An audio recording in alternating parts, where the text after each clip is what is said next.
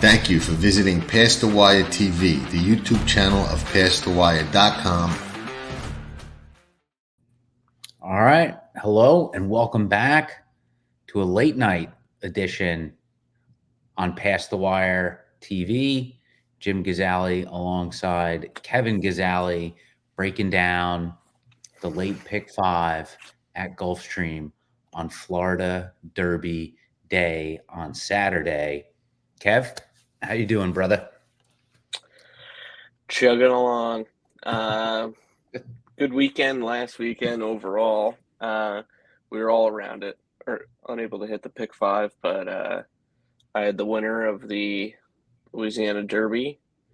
You had your biggest play on turf single with Delahaye. But couldn't piece it together, but we're getting there. We're close. We're close.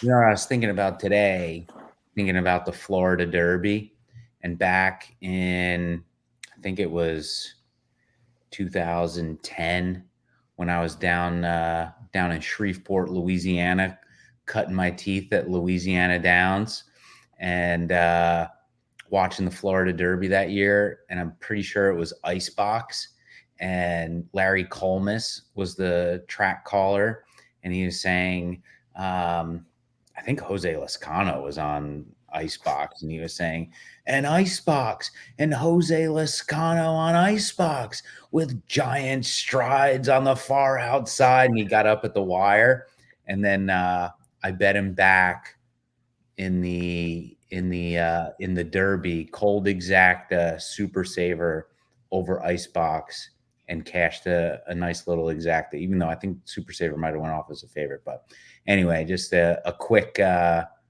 Florida Derby memory with Icebox from nearly 15 years ago.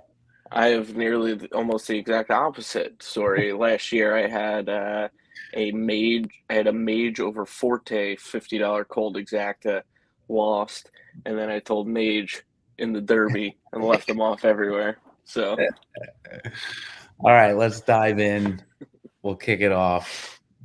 Race 10 at Gulfstream, 1.5 miles on the turf.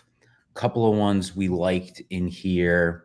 Let's start with this one, the French horse for Christophe Clement. To me, on paper, it looks like this horse has just been kind of like beating up on the lower rungs of the Europeans, but you know, we know anytime the European horses come over here, especially on turf, they deserve a ton of respect. Yeah, I mean, I kept, while I agree, I just kept going back to, there's no killers in here. McCulloch is a decent horse, but hasn't really, I mean, beat Warlike Goddess at the end of her career. But other than that, there's really no killers in here. So that's why I thought, you know, at a short price, I thought about either singling or going a couple deep. We're going to go a couple deep, but the only thing that kind of kept me from really, really liking this horse is the ground. It's been on soft or heavy turf this whole time. Don't really know how he's going to take to the Gulfstream turf, which it's been a little soggy lately, but sometimes the turf just isn't. It's almost like they're running out of carpet, so they just may not take to it. But LSU stable horse, go Tigers. Got to be on the ticket. We also liked the 4, surprisingly, and you know, I mean, hard to knock this one. You know, finished second. You know, nearly got there in the Pegasus World Cup Filly and Mare Turf Invitational, which is a mouthful. But you know, I guess the distance just kind of concerns me. hasn't ever run this far. And, when you're trying to get from, a mile and a 16th the last two times to a mile and a half, just some question marks. But, another one definitely deserving of some respect for sure. Yeah, we had her at 26-1 in that filly Yeah. and mare turf flying up the rail late. Um, yeah, I mean, to me, we were both against McCulloch, and when you toss out the favorite, I think a race this skinny, even though we're only going 3 or 4 deep here. I think if you're going to go against a favorite, you just got to make sure you're getting through. Surprisingly, is a strong horse, and second off the trainer switch with Pletcher, second race of this year for the horse. I think she can make a step up. And I'll be honest, these mile-and-a-half turfs, I feel like they're such a crapshoot when people are stretching out. Some are going to love it, some are going to hate it, and hopefully you take one of the horses that likes it. Yeah. Speaking of the the distance, that mile and a half, that's why I landed on the 7 and the 8 in here. This Creative Cairo ran, a 99 speed figure in the fall of last year at Keeneland, going a mile and a half on a good surface. Finished second that day. This horse always seems to be right around it. And, granted, taking a decent step up in class here, going from some, listed stakes to a grade 3. But that distance and that figure kind of stuck out to me as a positive, especially like to your point, going a mile and a half on the grass, you never know really exactly what you're going to get. So having that past figure at this distance is one of the best in the field. So if you can, if she can run back to that, I feel like she's definitely in the mix. Same with the 8 Anatolian, 2 back, ran a 93 Brisnet speed figure at 28-1 at Gulfstream. And, again, I feel like if she runs back to that figure, she can be a bit of a player here, especially with, just the unknowns of what some of these other horses might do at that distance. And, they both figure to be probably 2 of the longer shots in the race for sure. So when it's, like you said, if we're going to try and beat McCulloch, let's see if we can get lucky with 2 of these. Yeah, I agree. Looking back to Creative Cairo and Anatolian, should be happy. Arkali Kim scratched out of this, right? But I mean, they both lost to her a few times on the turf. So I think this is a solid 4, and I've just never been impressed with McCulloch. She's tried so many different distances. Has the one win at a mile and a half, but came out next and lost to Parnak, and then beat a relatively weak field in my opinion, and then got dusted in the filly and mare turf. But I just think it's a good shot to try and beat a horse that's going to be odds on. Funny story about Parnak. I got a tip on Parnak making his her first start in the U.S. I got a tip at the Saratoga Springs Library one morning, and they were really high on this horse, the West Point team, and she did not fire. She came like 12 wide into the stretch. Yeah, and she lost. did not fare too well that day, and then that's how it goes with those library tips. Anyway,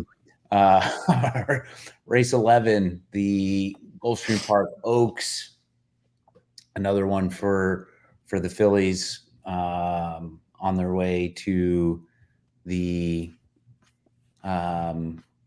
Kentucky Oaks, right? This is a prep for that. I would assume so. And we landed on Ways and Means here. Straight up single. Feels like Chad could be loaded on this card. And I think between the two of us, this was probably our strongest opinion on the day. Yeah, I mean, I went back and watched that spin away, and Ways and Means had every chance to win. Bright Work just outran her, who's also, a great horse. And I think just looking at, you kind of question why hold her until this spot. I think if you just look at the work tab, I think this has been the plan all along. There's hadn't worked since August, got her back on the tab in February, and it's been pretty much every week since February 4th. And then from the February 27th on, it's just been 48, 49, 48, 48, just like bullet work after bullet work. So I think this horse is going to be ready. And, like I said, with the 10th race, there's just no other horses in here that really scare me. Scalable and Gunsong were the other two that like you could consider, but Scalable didn't really have a great second race of the 3-year-old year. Kind of had a dip. I just think, like you said, I think Chad's sitting on a big one here with Ways and Means, and hopefully she gets a win, and then he just holds her to the Oaks. Yeah, she's definitely the class of the field, I feel like. And it's tough to kind of get a solid gauge on it with just, 2 career starts. But, I think you have to trust Chad in spotting his horses, and just that string of workouts since, mid-February, suggests that this horse is ready to run big off the bench like that. Yeah. All right, let's take a quick break, and we'll be back to talk about races 12 and 13. You want horsepower? We've got the Sire Power. Central Banker, New York's leading sire 3 years in a row, standing at McMahon of Saratoga. He has 12 black type winners, including multiple stakes winners and graded stakes placed Bank It, Morning Matcha, and Bank Sing. Central Banker, sire of 6-figure yearlings and 2-year-olds. He produced 9 stakes runners in 2023. Runners have earned $20.5 million on the track. Central Banker, standing at McMahon of Saratoga Thoroughbreds. All right, race 12. Another mile and a 16th on the turf. And we went to the outside here, including 7, 8, and 9 on our ticket here. Starting off with Infinite Diamond.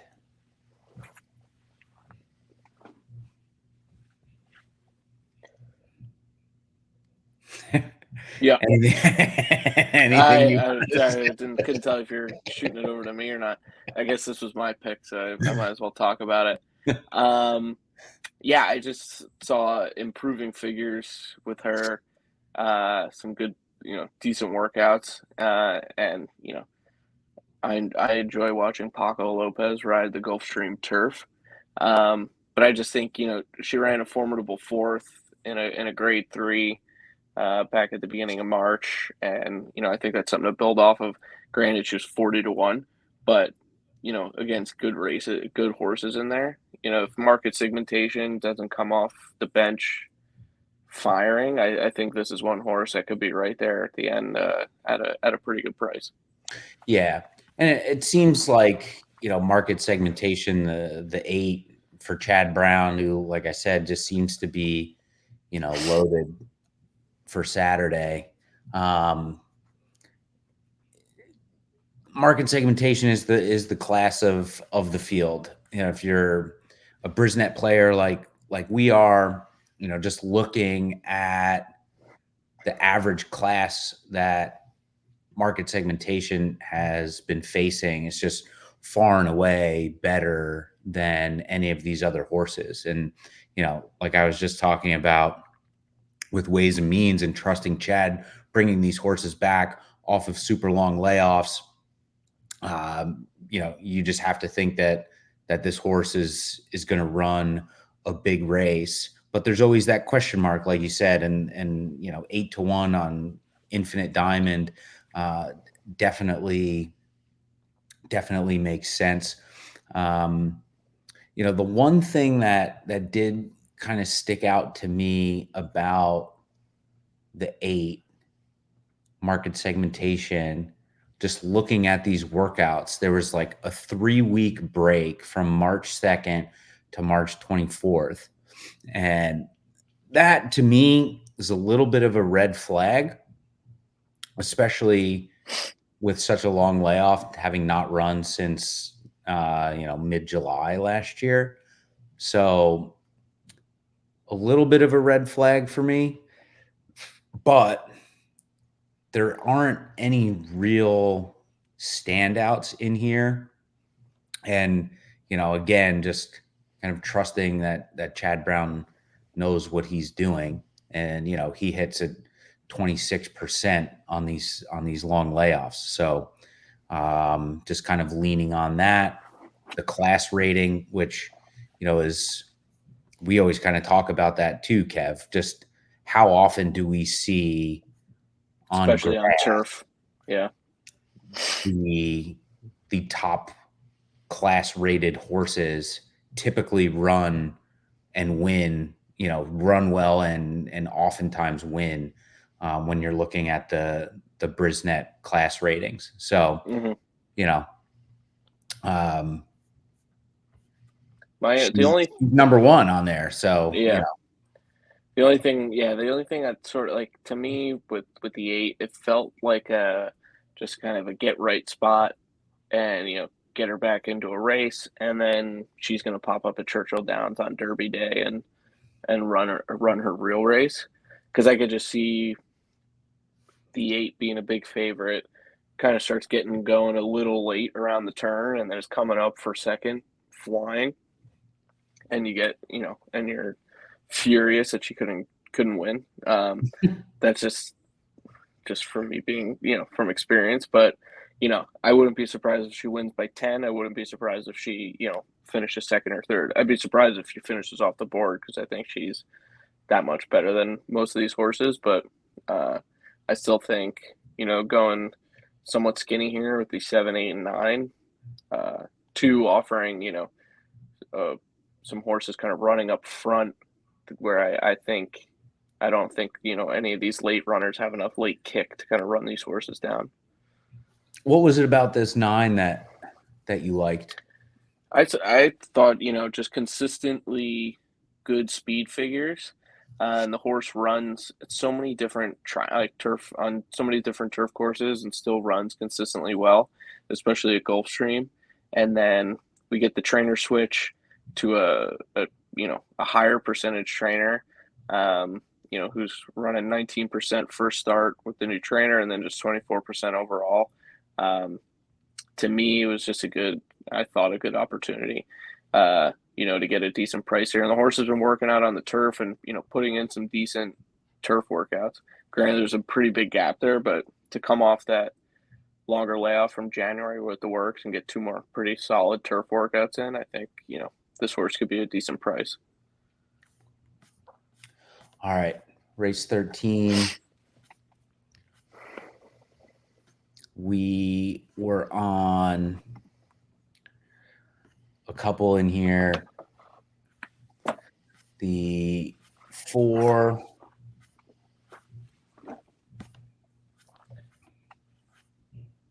This Big 4, 5, Everest. 6, yeah. And, you know, Reeves thoroughbreds are great. They have a lot of top quality horses in the Clement barn. They win a lot of races together. This Big Everest is an exciting horse. I mean, just look at, has won more than half of his races. This feels like on these big days, for some reason, the trio of Clement, Rosario, Reeves just leave you kind of wanting more. But I mean, this horse looks, like a surefire contender, no doubt. Mm-hmm. Yeah, I mean, I think, when this horse gets in, I think this is the proper company for this horse, put it that way. I don't think this horse is like a big time graded stakes horse. And you could see, I mean, he ran a graded 3, finished 5th, but everywhere else, all these, just standard stake races, first, fourth, first. I think in and out a mile, I think they're just going to try and send this horse out on the front and, see how far he can go. Granted, he's going to have Never Surprise, the 5, right to his outside, trying to do the same thing. But I think between the two of them, especially with Never Surprise cutting back to, his, I mean, I know he went 7.5 last time out, but his traditional distance appears to be, more mile 16th, mile and an 8th. I think between the two of them, they have a very good chance to, kind of get out on the front end, slow it down, and just kind of run away from everybody. But if they don't, then, I think we picked a couple horses too that can, kind of be in that second flight and kind of take over, right before the finish line. Yeah, and those two are Quality G and Lucky Score. And what I liked about these horses was, like I was mentioning earlier with that 1.5-mile turf race, just these two horses have shown to run well at this distance. And especially this Quality G enjoys Gulfstream Park. We had 3 career starts there, 2 wins. Second, going to be taking a step up in class from some recent starts, but I feel like this horse has been on a bit of a roll lately. And like I've talked about a bunch on some previous shows with John, looking at the Brisnet,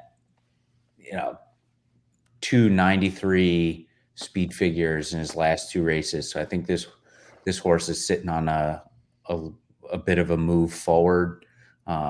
So I think this horse fits in this race. And, if we can get 12-1, that would be pretty nice. And then Lucky Score, same thing, ran in the Breeders' Cup Mile, went off at 50-something to 1, and finished 7th, but was only 2.5 lengths off of the winners, and that obviously a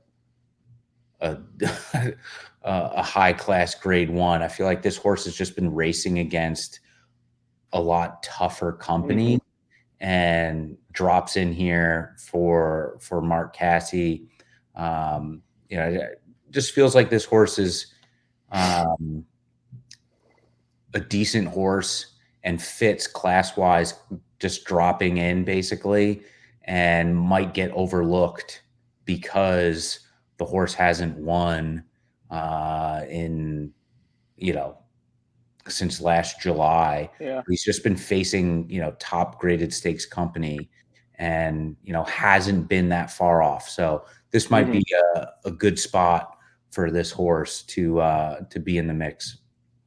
Yeah. I mean, if you just lost to Big Invasion, Master of the Seas twice, would finished a solid 3rd behind Master of the Seas and Cheryl Spate, and then lost to Jonathan Kinchin's Triple Crown winner, Forbidden Kingdom, on the turf. Yeah. Yeah, I mean, I agree. I think this horse is. I mean, and if you like, the horse showed up at Gulfstream, minute 5 furlong workout, 47 4 furlongs. I think this horse is solid, and it's going to sit back and wait. And for us, if those front runners can hang on, great. If not, I think Lucky Score should be there, ready to pounce late. Yeah. So we're playing the 4, 5, 6, and 7 there in race 13. So basically taking, two early runners and 2 later runners and seeing what we can get. We'll take one more quick timeout. We'll come back and we'll talk about race 14, the Florida Derby, and then we'll show our pick 5 ticket, and we'll call it a night.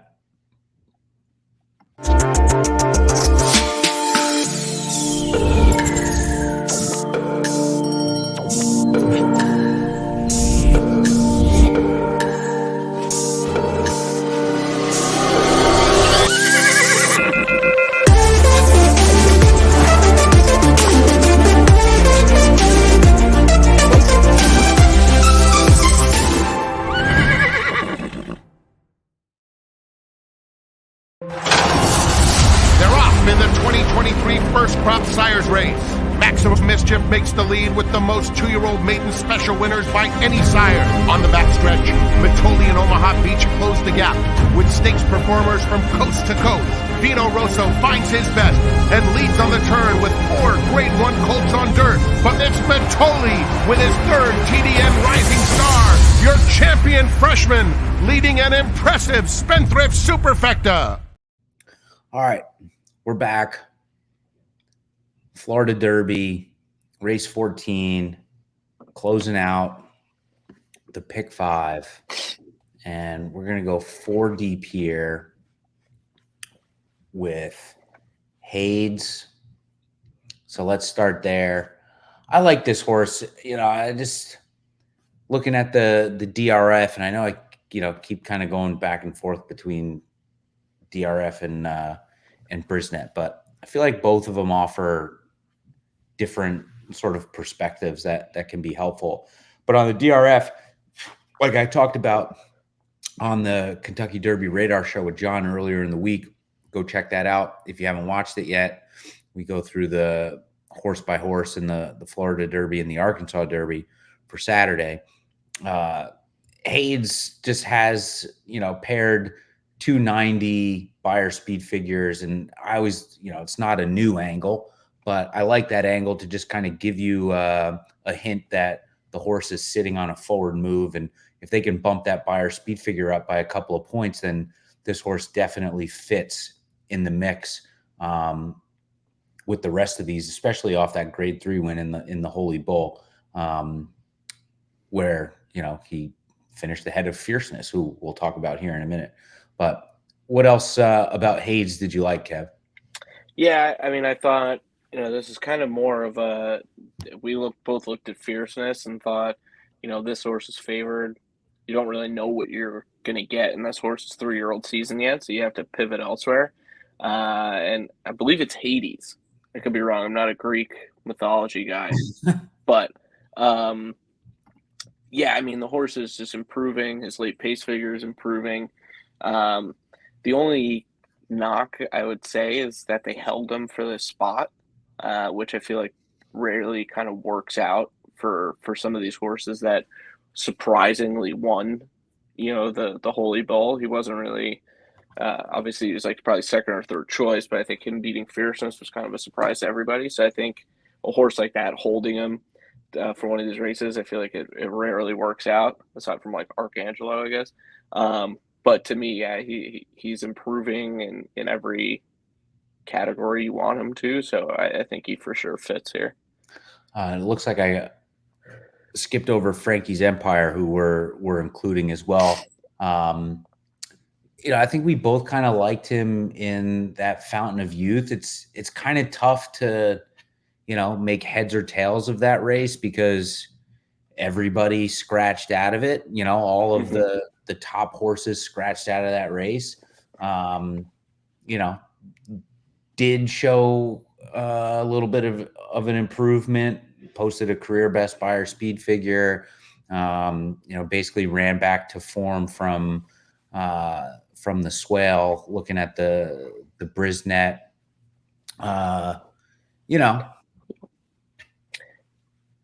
Yeah, I mean, sorry to cut you off. I just like that he, the big question was going from 7 furlongs to a mile 16th. Is he going to like the distance? And his late pace figure improved.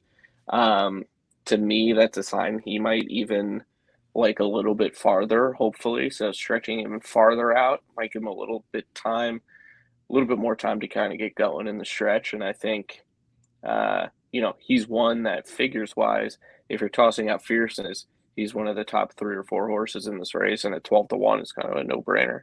Yeah. The other ones were the Catalytic 7. We have so much Julien Leparoux on our card; it's disgusting. I think we have him in like every race. He's got to win one of them.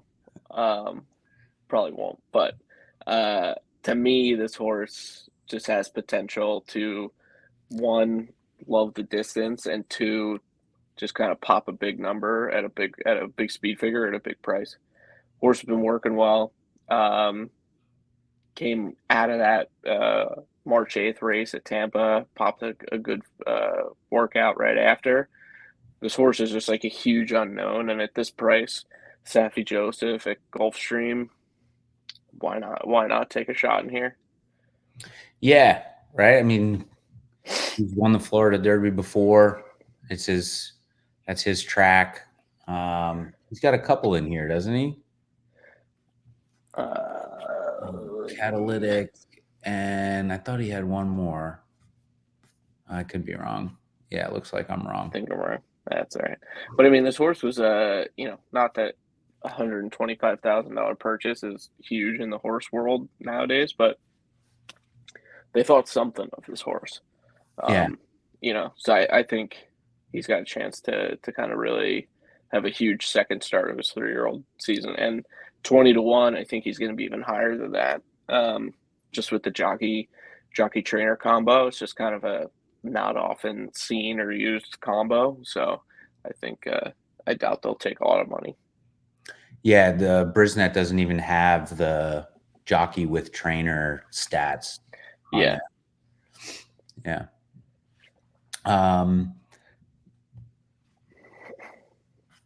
The 9 is the other horse, Conquest Warrior. Again, another pairing of the top figures, and you expect a nice move forward. Nice string of workouts.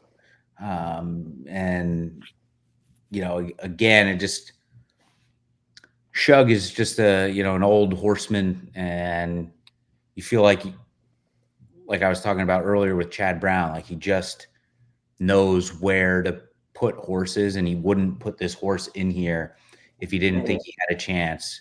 So and he's got to win at the distance. Yeah. So if we're getting 3-1, 4-1, maybe. And we're gonna leave Fierceness off. I think this is a logical contender in here, given the figures. Yeah, I mean, I think he's going to be probably second choice. He's another one where you're kind of just assuming he's going to take a step forward, and you kind of have to question a little bit too the 5-length victory in a optional claimer race in terms of competition and how much that like bloated up that speed figure. But to me, the horse has a ton of talent. It was $1 million purchase. Great workouts. I think if Fierceness comes out and doesn't fire again, this horse is easily has, the best chance to win. Yeah. Yeah. So we're leaving Fierceness off the ticket, and, we're rolling the dice because, clearly everybody can see and everybody's talking about this win one, lose one, win one, lose one. Mm-hmm. And if he follows that pattern, this is the win one.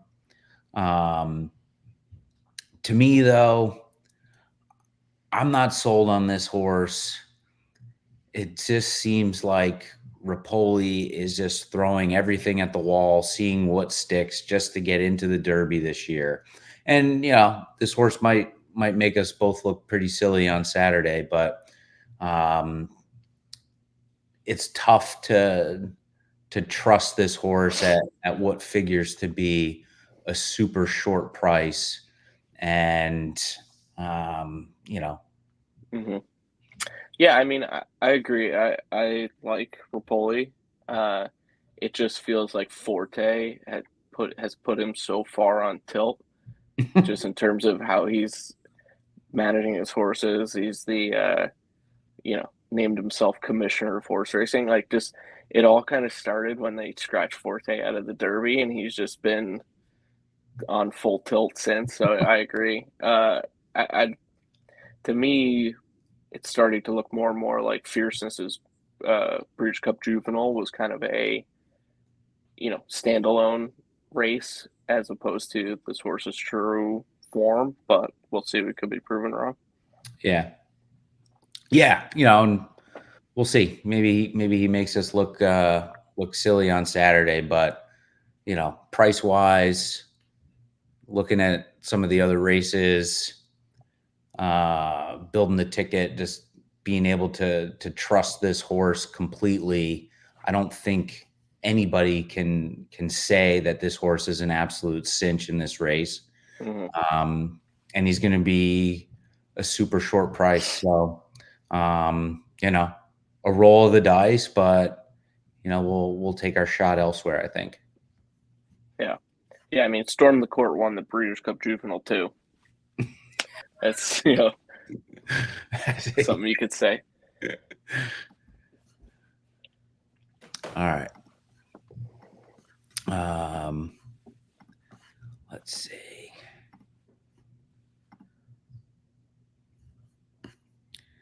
All right, here's the ticket. Race 10, 1478. Race 11, singling the 4, ways and means. Race 12, 789. Race 13, 4, 5, 6, 7. Kind of, double dipping a little bit with 2 pace setters and 2 horses that figure to come from off the pace. And then race 14, I guess 1A strong opinion is ways and means. 1B strong opinion is Fierceness doesn't win the Florida Derby. So we're rolling with a $96.50 base bet ticket for Saturday on, I almost said Wood Memorial Day, Florida Derby Day. So there it is. Any last thoughts you got, Kev, before we wrap this up? No, I just think it's Ways and Means Day. I was reminding myself that last summer, the Saratoga meet, Ways and Means was that huge buzz horse all summer. She won on debut, or I was talking about her in a spin away. She came in second, and then you hadn't heard from her. I just think this horse is going to come back and kind of be the 3-year-old that, search results, like Chad Brown's kind of go-to 3-year-old filly this summer. And I think it starts on Saturday. Yeah. All right. Before we wrap up, just one last quick note. We've got 2 horses in on Friday that we own a piece of. Love Like Crazy, a winner in her last race. She's running back at Aqueduct, race 5 tomorrow afternoon. And then Spicy Tuna, race 1 at Turfway, Friday evening. Also coming off a win. So we're running out of room on the wall with the winner's circle photos that we're not in. Yeah, right. That's exactly right. So hopefully both of our girls can get back in the winner's circle again for a second time in a row. But Love Like Crazy tomorrow, race 5 at Aqueduct, Spicy Tuna, race 1 at Turfway. Good luck if you're playing. We'll see if we can get off the bench here ourselves and get this Florida Derby Day late pick 5 home on Saturday. Peace. Hi, everybody. Dan Oman here with some exciting news. DRF Formulator, the gold standard in past performance information, is now free exclusively on DRF Bets. Join DRF Bets with the promo code WINNING. Get a $250 first deposit match bonus, a $10 free bet, and free Formulator already uploaded to your account. Access Formulator's premium features, including sortable trainer stats, race replays, personalized trip notes, and lots more. Free Formulator exclusively on DRF Bets.